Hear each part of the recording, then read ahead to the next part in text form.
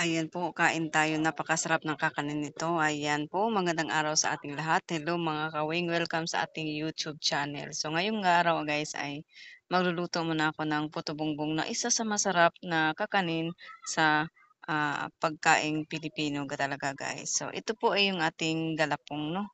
So ito po ay gawa siya sa malagkit at pinaghalong rice powder at yung obi powder. So yun po guys, ilalagay lang natin sa ating bamboo steamer.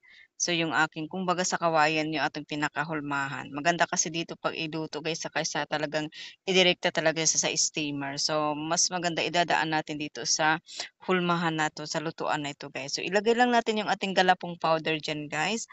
Ayan, ang galapong powder puwede kayong makabili na naman sa Shopee, di kaya puwede din kayong gagawa ng galapong powder. So ito po yung ating steamer, isa lang po yung pinakabutas niya dahil para maluto siya agad. So ilagay lang natin yung ating bamboo diyan guys, yung ating kawayan na nilagyan natin ng galapong.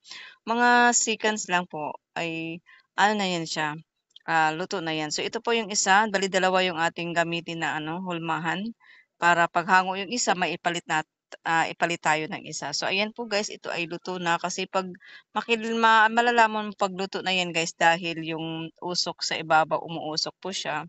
So luto na yan yung ating galapong. So yan guys, luto na at saka hanguin natin tapos yung isa naman i-ano natin ipalit. So ito lang guys, itataktak lang natin gano'n, ayan na po luto na yung ating ano, puto bumbong. So ayan po yung isa, ayan 'pag umuusok na yan sa ibabaw luto na yan. So ayan, itataktak lang natin gano'n, oh, 'di ba?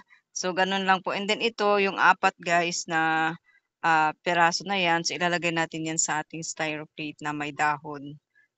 Yan, binebenta namin dito guys is ₱100 yung apat na ano na yan.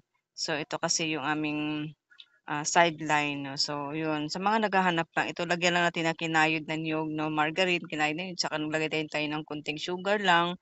Kasi na may ano kasi gusto kasi nila yung iba lalagyan ng sugar. So yun, pagkatapos nito guys maglagay tayo ng konting condensed milk kasi special itong puto bumbong ang ating gagawin. Yung iba naman nilalagyan ng leche flan, so gano'n. So ito lang guys, wala na ano lang cheese at saka condensed milk at saka kinayod na niyog. So kuskusan lang natin ng cheese guys yung pinakaibabaw.